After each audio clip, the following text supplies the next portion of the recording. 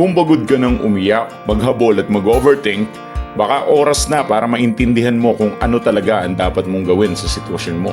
I'm Coach Base, isang veteranong breakup specialist sa maraming taon na nag-aaral ng relationship psychology at nagbibigay ng specific advice based on your situation na walan, iniwan, or gustong mabawi ang ex nila after breakup. Our private coaching para sa seryosong gustong ayusin ang love life niya, message mo ako sa FB na nasa link na nasa comment section or yung link na nasa description. Isa sa mga pinakamahalaga na kailangan mong maisip or maintindihan is yung parting mamimiss ka rin naman ng ex mo. Actually, kahit hindi mo naman panoorin yung video na to, mamimiss ka pa rin naman ng ex mo. Pero merong kondisyon. Kung hindi mo siya kinukulit. Kasi kung kinukulit mo siya, huwag naman tayo maglokohan. Hindi ka niya mamimiss kung kinukulit mo siya, diba? So, para mamiss ka niya, isa yung requirement. Huwag mo siyang kukulitin. Pero syempre, kapag hindi mo yung kinulit, unti-unti, mamimiss ka naman yan. Diyan sa parte na yan, sigurado ko, kahit gaano ka pa kapangit ang ugali mo or kapangit ang mukha mo, as long as minahal ka niya, kapag ikaw unti-unti ka nawala, unti-unti ka rin niyang mamimiss. Lagi mong tatandaan yan. Basic rule yan, ha? Huwag mong kakalimutan. So, pag-uusapan natin kung paano kanya unti-unting namimiss. Kasi hindi ka naman namimiss ng ex mo sa araw ng breakup or sa hiwalayan.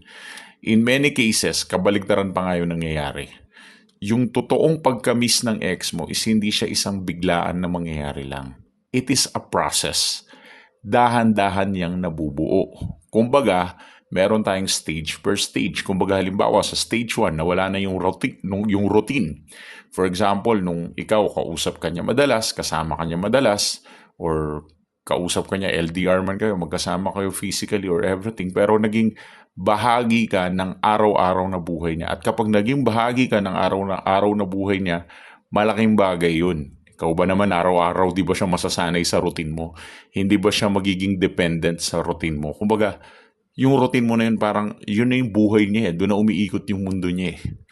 Kaya, kapag nagka-toxican na at nakipag-iwalay na sa'yo dahil naging cold na, unang mapapansin ng ex mo sa utak niya pag hiniwalayan ka niya, nawawala yung dating routine na nakasanayan niya. Sa pangalawang stage, nagsisimulang maramdaman yung kawalan. Siyempre, habang lumilipas yung panahon, ang nararamdaman ng ex mo is unti-unti niya napapansin yung mga dati. Parang yung dating normal na wala nang good morning, wala nang kwentuhan, wala nang taong unang tinatakbuhan. Nag-i-start na maging personal yung pagkawala mo.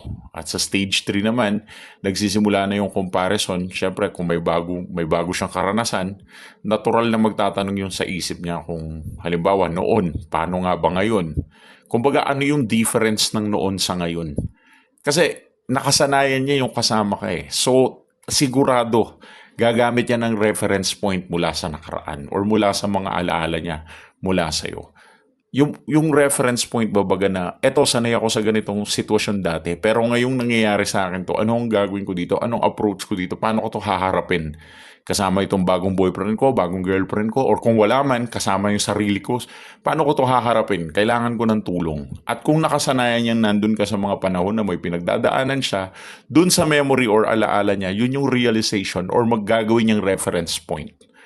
At sa stage 4, lumalakas ang emotional recall kasi habang tumatagal, ang isip ay mas madaling maalala ang masasayang sandali, mga inside jokes nyo, mga routines ninyo, araw-araw. Hindi kasi nabubura yan. Masakit yan sa alaala. Hindi yan madali. Kasi yung utak, natural siya nagfi-filter ng mga emotional memories eh. So masakit yan sa isip ng ex mo kapag naalala niya yan. Araw-araw.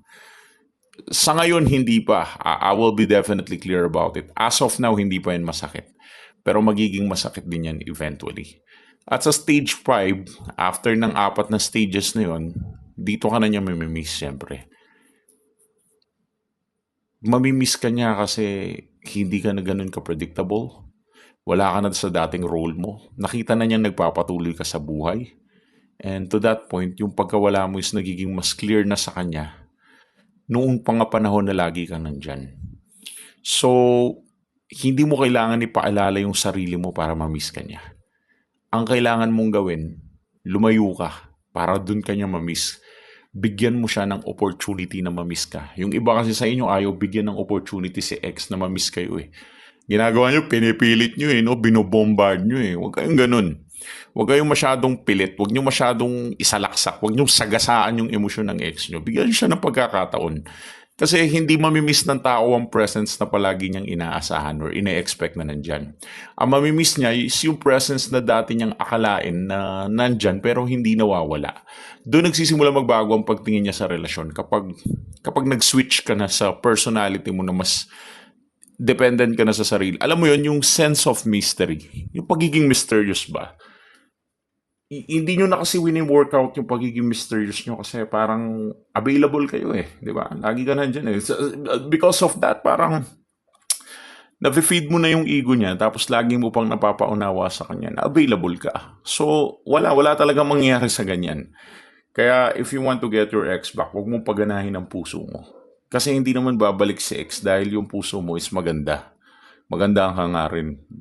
At kadalasan pa nga, the more na maganda ang hangarin ng puso mo, the more natatapakan niya ng ex mo. Always remember that, Mark my word. The more na maganda ang hangarin mo para sa ex mo, the more na may opportunity siya para apakan yung ego mo. So, ano ang dapat mong gawin? Ang dapat mong gawin ay bigyan mo siya ng opportunity. Bigyan mo siya ng space para huminga. Bigyan mo siya ng space para ma-realize niya. Bigyan mo siya ng space. Bigyan mo ng pagkakataon yung ex mo na mag-isip at mabunggo ka sa alaala niya. Huwag mong ipilit sa kanya, uy, alalahanin mo, uy, mamiss mo ko. Huwag ganun, okay? Hindi nag-work yun. It doesn't work like that. Alright? Mag-work lang to kapag binigyan mo siya ng pagkakataon, hindi mo sinakal ang free will niya, pinabayaan mo siyang mag-isip. Kapag binigyan mo siya ng kalayaan, binigyan mo siya ng opportunity, binigyan mo siya ng free will, binigyan mo siya ng pagkakataon, binigyan mo siya ng space, hindi ko pa alam kung ano sasabihin ko basta pag hindi mo siya kinulit at binigyan mo siya ng pagkakataon na makahinga, that will be the time na marirealize din niya yan. Kaya lagi mong tatandaan, huwag kang mangungulit ng ex. Lagi mong tatandaan yan. Pero kung strategically gusto mo talagang ibalik yung ex mo in a clear pattern, no? Yung hindi ka lang nanghuhula, kundi gusto mo talaga ng pag-asa, give me a message sa Philippine Dating Coach for breakup service. Ayan yung Facebook page namin. Nandyan yung link sa comment section. Thanks for watching.